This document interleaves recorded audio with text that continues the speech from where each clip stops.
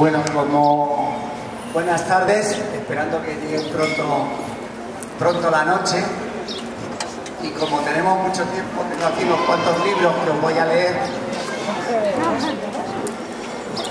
Bueno, hablar de la transición, cuando nos lo planteó Rubén, Carmen, Belén, Ana, de que tenía interés hablar de la transición dentro de este acto de homenaje a Yolanda y a los otros muertos por luchar por la democracia, era evidente que era juntar a varias generaciones.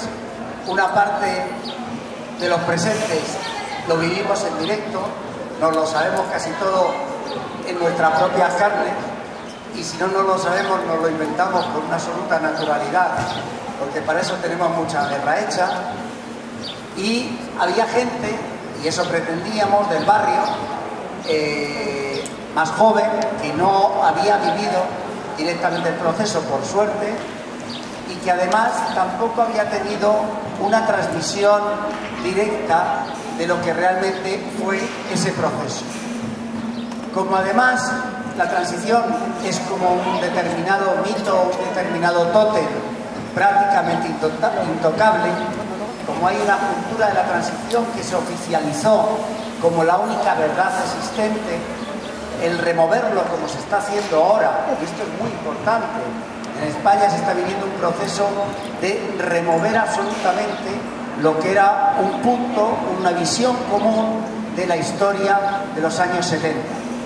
Esa revisión que ha sido provocada desde la ciudadanía, con su propia rebelión, desde las plazas exigiendo otro tipo de democracia, desde los movimientos sociales reivindicando sus propios derechos y desde las mareas defendiendo lo que es común a todos nosotros y que hoy nos quieren robar y nos están robando. Entonces podría ser interesante el hacer esa revisión de alguna forma, de esa puesta en común de lo que había sido el proceso de llegada a la democracia española. Fundamentalmente hay dos grandes mitos alrededor de la transición que son a los cuales me voy a referir en la intervención.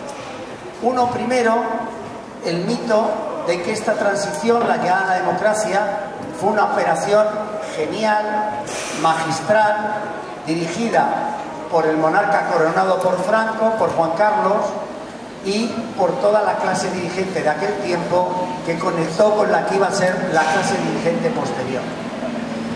En ese sentido, todo fue un proceso previsto, ordenado y organizado. Cada cosa que sucedía ya estaba pensada. Y el otro mito, al cual me voy a referir más extensamente por el tipo de acto que estamos haciendo, era que la transición, a diferencia de otras, había sido una transición totalmente pacífica, o esencialmente pacífica, sin violencia política. En relación a lo primero, yo creo que es fundamental que formemos parte de una idea sustancial, que es que más allá de los planes de estos o de aquellos, más allá de los planes de Franco al morir, si es que tenía planes, que posiblemente no lo tuviese como no lo tuvo nunca, si eran los planes del Departamento de Estado americano o de las burguesías europeas o de la misma clase dirigente del franquismo, estos planes fueron sustancialmente trastocados, sobre todo en el periodo 76, es decir, en el gobierno de Arias Navarro, por una extraordinaria movilización social. Este es el primer elemento que a mí me parece interesante que retengamos, los que lo conocimos y los que no lo conocisteis, los que lo habéis leído y los que no lo habéis leído. Simplemente señalaros una cuestión. En el año 76, en el primer trimestre del año 76, hubo en nuestro país 17.731 huelgas, cuando los datos anteriores, por ejemplo, en el año 70 habían sido 1.595. Es decir, 17.000 huelgas en 3 meses. La huelga obviamente estaba prohibida, era perseguida, sus dirigentes eran encarcelados, las manifestaciones eran reprimidas en la calle. Y en ese sentido, en enero del 76, por ejemplo, en Madrid había 350.000 huelguistas en la convocatoria del 14 de enero de 1976. Cuando en Vitoria asesinan a 5 trabajadores en una movilización casi insurreccional, se produce una oleada de respuesta que hace prácticamente tambalearse o caer el gobierno de Arias Navarro.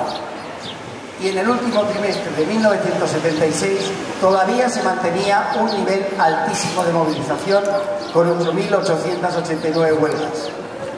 Eran momentos de encierros en todos los lugares por parte de los trabajadores. Las universidades se enfrentaban a cierres y ocupaciones.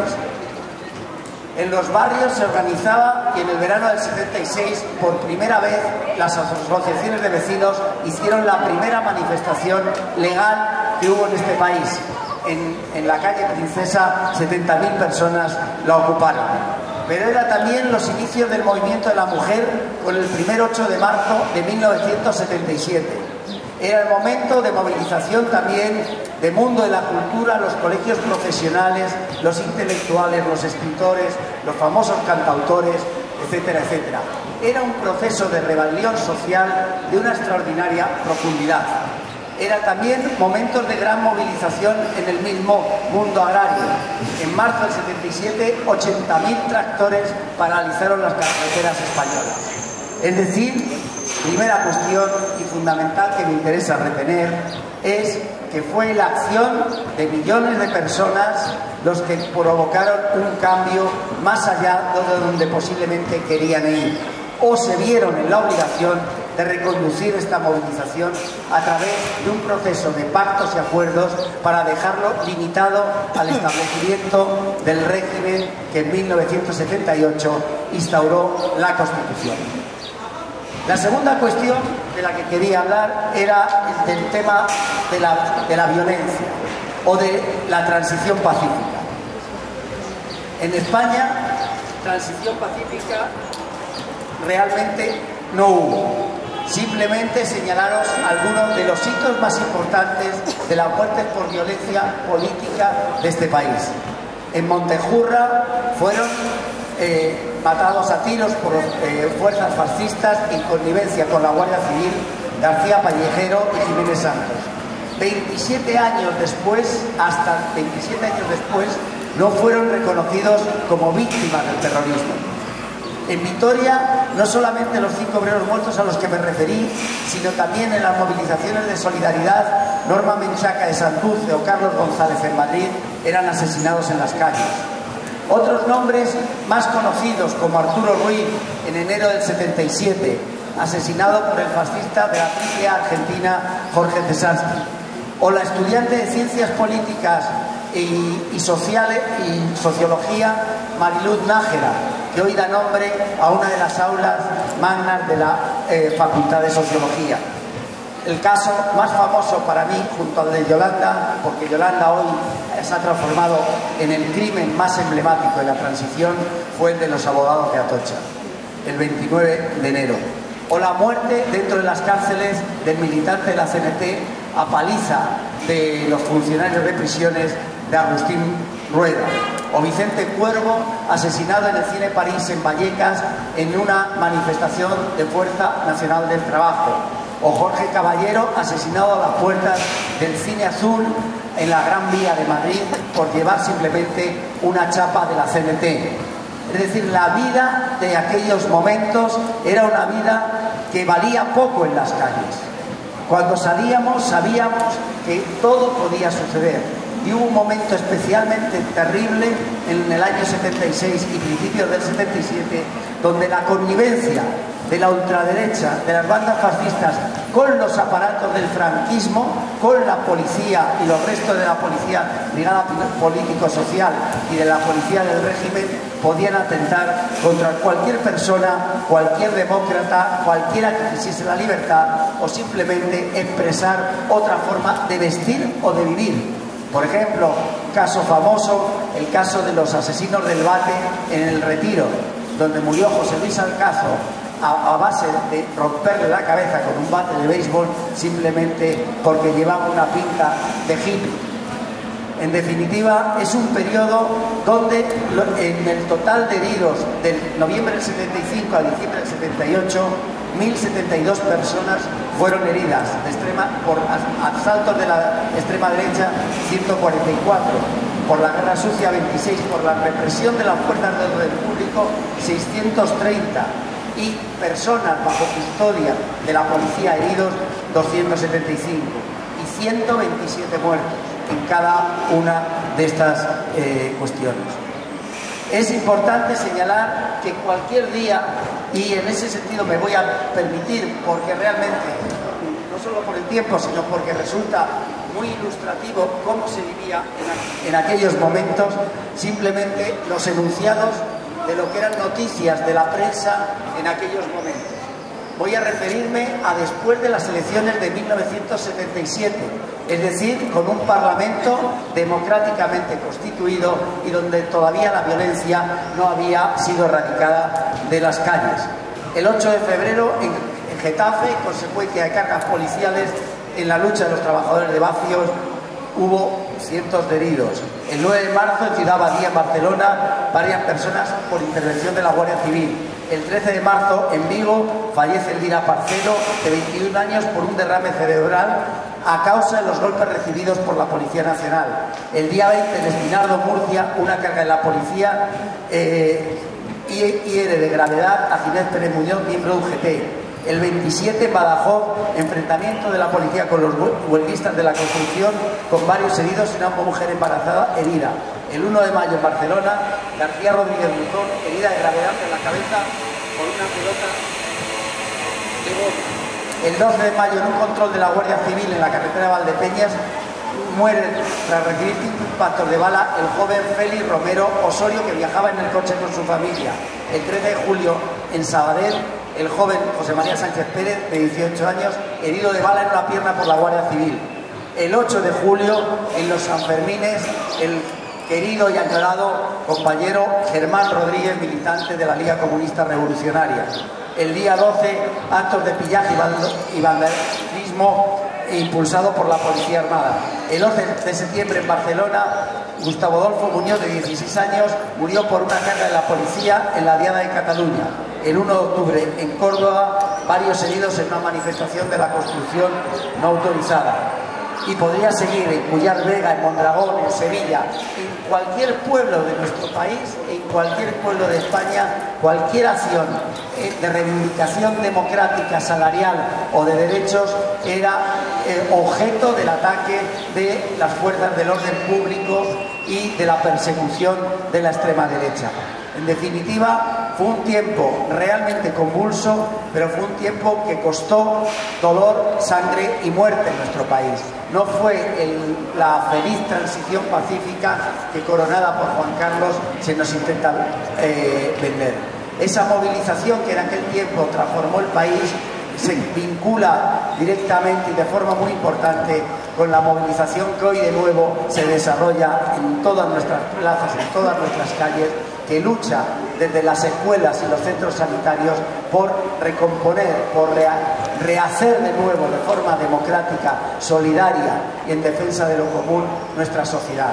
En definitiva, es una movilización que hoy ya no vive bajo los restos de una dictadura o bajo el modelo de represión encabezado por las fuerzas de orden público de esas características, pero también en la medida que avance tiene que prepararse, tiene que estar mentalizado con que la involución que la derecha hace en lo social y en lo económico no va a tener ninguna duda para hacerlo en los aspectos democráticos y represivos. En ese sentido, creemos que este acto que organiza el Campo de la Cebada, sobre todo los compañeros de C4C, es un acto que permite la vinculación entre otro tiempo y el nuestro y la vigencia de unos principios de defensa de la lucha social, de la lucha política y de la lucha contra la represión y contra el fascismo. Muchas gracias.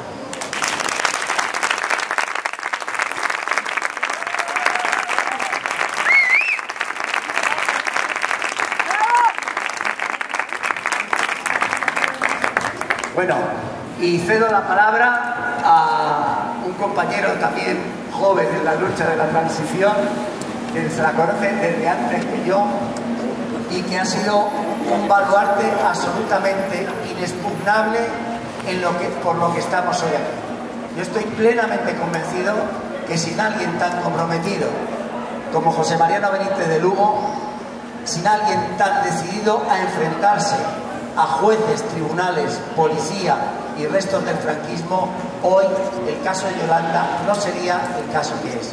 Hoy posiblemente el asesino no estuviese no hubiese sido juzgado y condenado, y hoy no seguiríamos luchando por nuestros mismos objetivos.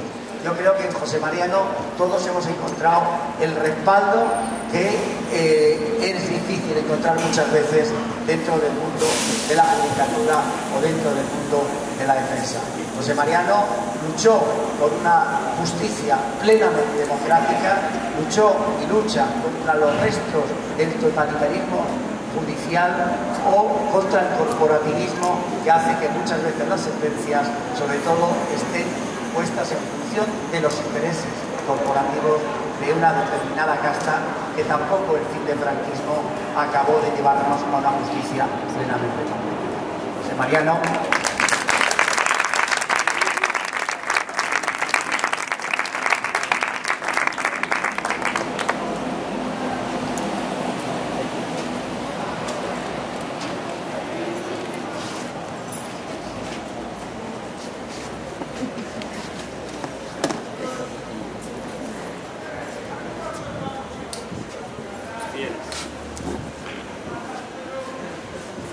Buenas tardes, noches, amigos.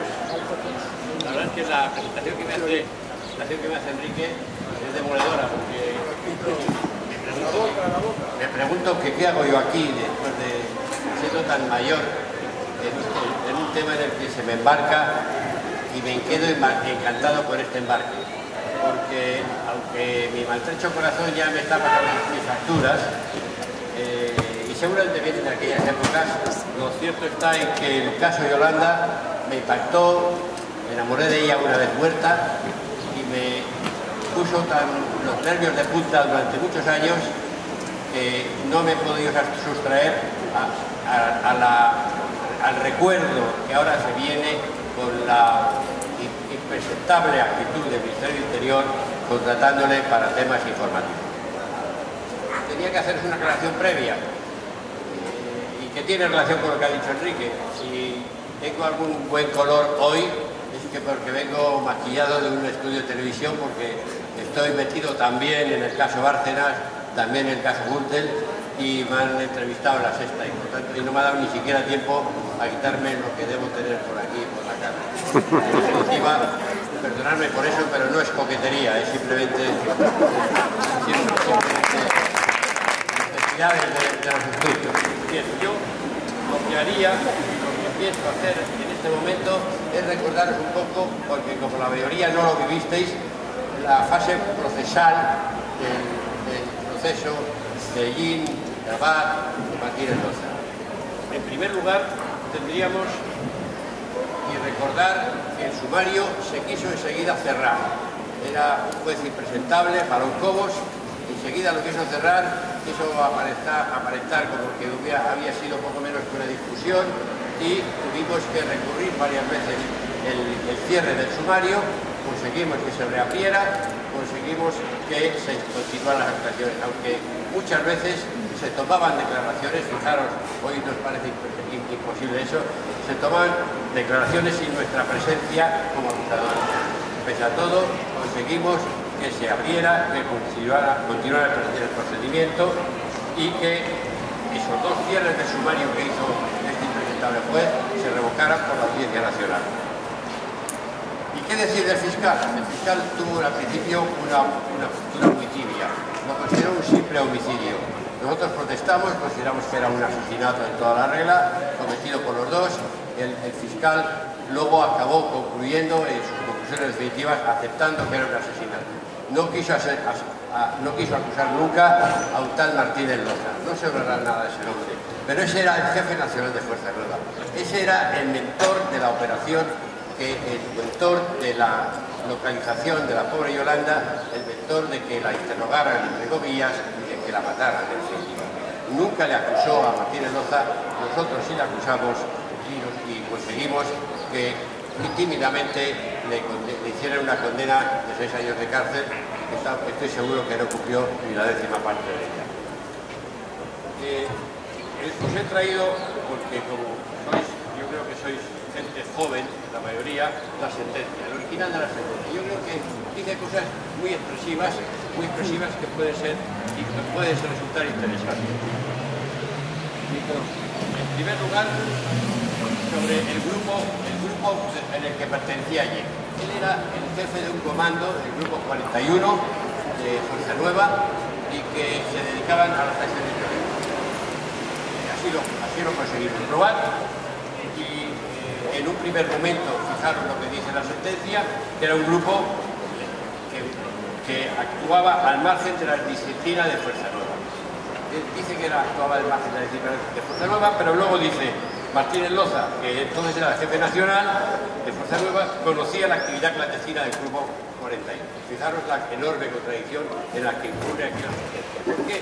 Porque en definitiva se trataba de buscar la pena más leve para el propio Martínez Loza, que insisto, fue una persona clave en esto. Porque quería haceros un retrato de todos los que intervinieron.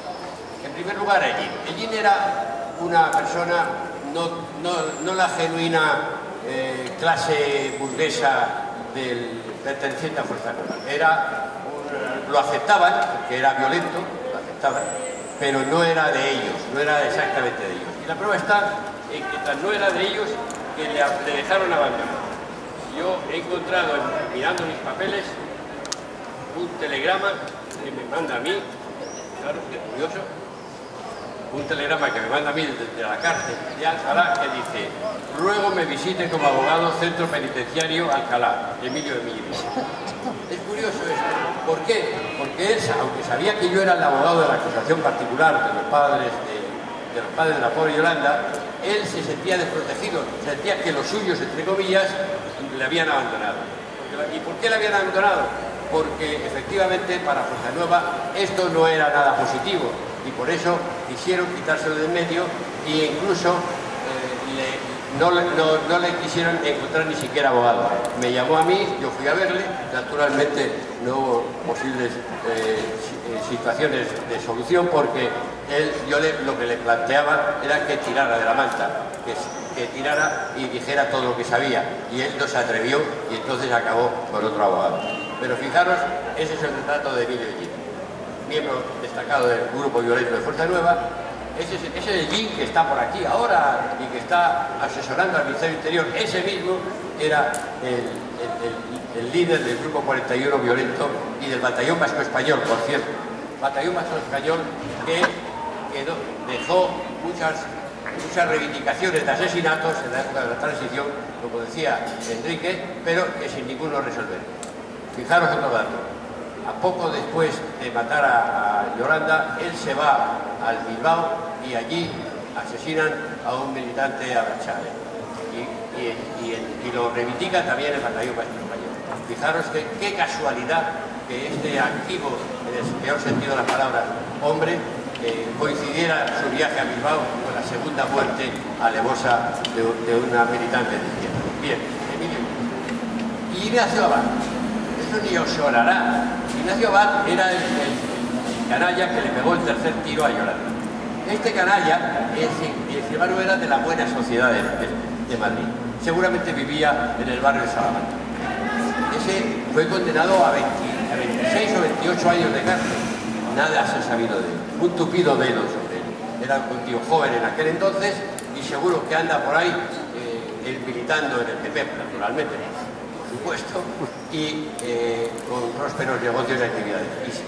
Y una de las cosas que nos tenemos que lamentar, los que hemos seguido aquí, es que no hemos seguido la pista de este tipejo. Y luego quería resaltaros también a Martínez Loza, que ya os he apuntado antes. Martínez Loza era el jefe nacional de Fuerza Nueva, era un engranaje clásico y típico en la estructura violenta del grupo 41 y también su condena se salvó porque no fue acusado por el fiscal, solo por nosotros, con 6 míseros años de cárcel.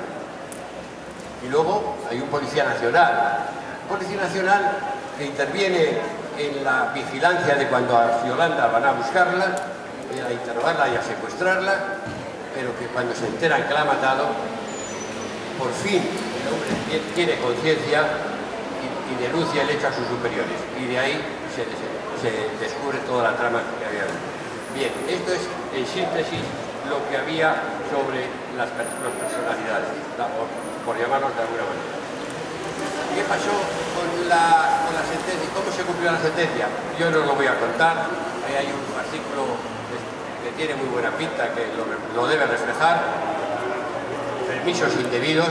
Nos encontramos con otro juez en Zamora, José Donato Andrés Sanz, de mala memoria para cualquier ciudadano demócrata, que inmediatamente le dio la libertad, a muy poco tiempo, contra la opinión de la Junta de Tratamiento de la Cárcel, le dio la libertad. En una de esas libertades concedidas se escapó a Paraguay. A mí me vino un periodista de Interview, he de recordar con gratitud, un tal Morales se llamaba, que me dijo: he localizado allí en Paraguay. Entonces pusimos en marcha el proceso de extradición y conseguimos que volviera a España a cumplir, entre comillas, su condena, porque enseguida fue otra vez liberado. He de decir que Ellín naturalmente no solo fue asesino de Yolanda, sino que era un auténtico terrorista de extrema derecha: cartuchos de goma, temporizadores, detonadores electrónicos, granadas, fusiles, pistolas, miles de balas, etc. Otro punto que en este proceso de reflexión que estoy haciendo es un tema que también hemos dejado pasar. ¿Por qué van a por Yolanda? Yolanda era una líder de su centro de estudios, de su centro de formación profesional, y alguien de ese centro, que seguramente sería de extrema derecha, fue el que contó a Martínez Loza: aquí tengo una roja de mierda que está solventándome a los chavales. Y de ahí vino. Y ese se ha ido de rositas, ese se habrá ido o se irá a la tumba tan tranquilo sin que nosotros no hayamos podido hacer nada. Iba a decir con su conciencia tranquila.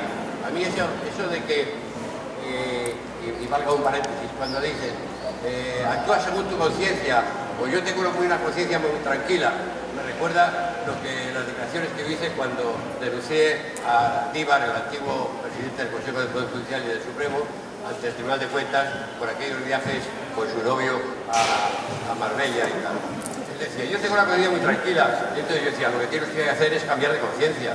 Porque claro, es que eso no puede ser. Nos sirva para siempre. Y cuando alguien dice: mi conciencia me lo permite, pues es que cambia la conciencia, si es algo ilícito. Pues la conciencia es un pretexto, una coartada que no debe servir.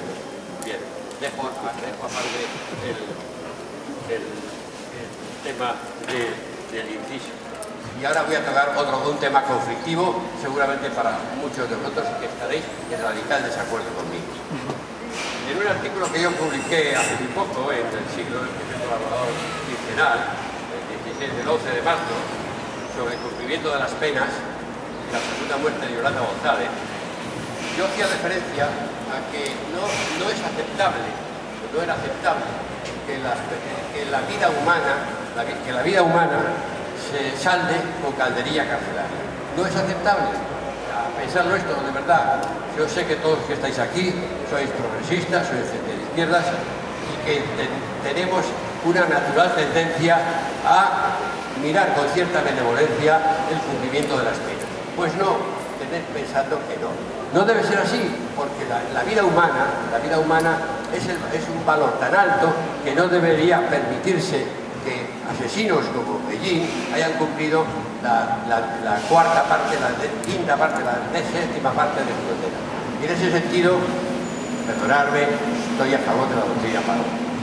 Sé que a muchos no os parecerá bien, y es mi criterio, lo he escrito alguna vez, y es decir, cuando hay un delito violento con el que se afecta la vida humana, tiene que haber la respuesta del Estado correspondiente, y no que a través de permisos de salida, como pasó en el caso de Ellín, se solvente con lo que yo antes os decía, cacería carcelaria. En definitiva, termino. Yo creo que la calidad de las personas y de los colectivos se manifiesta cuando hacen recordatorios de eventos importantes.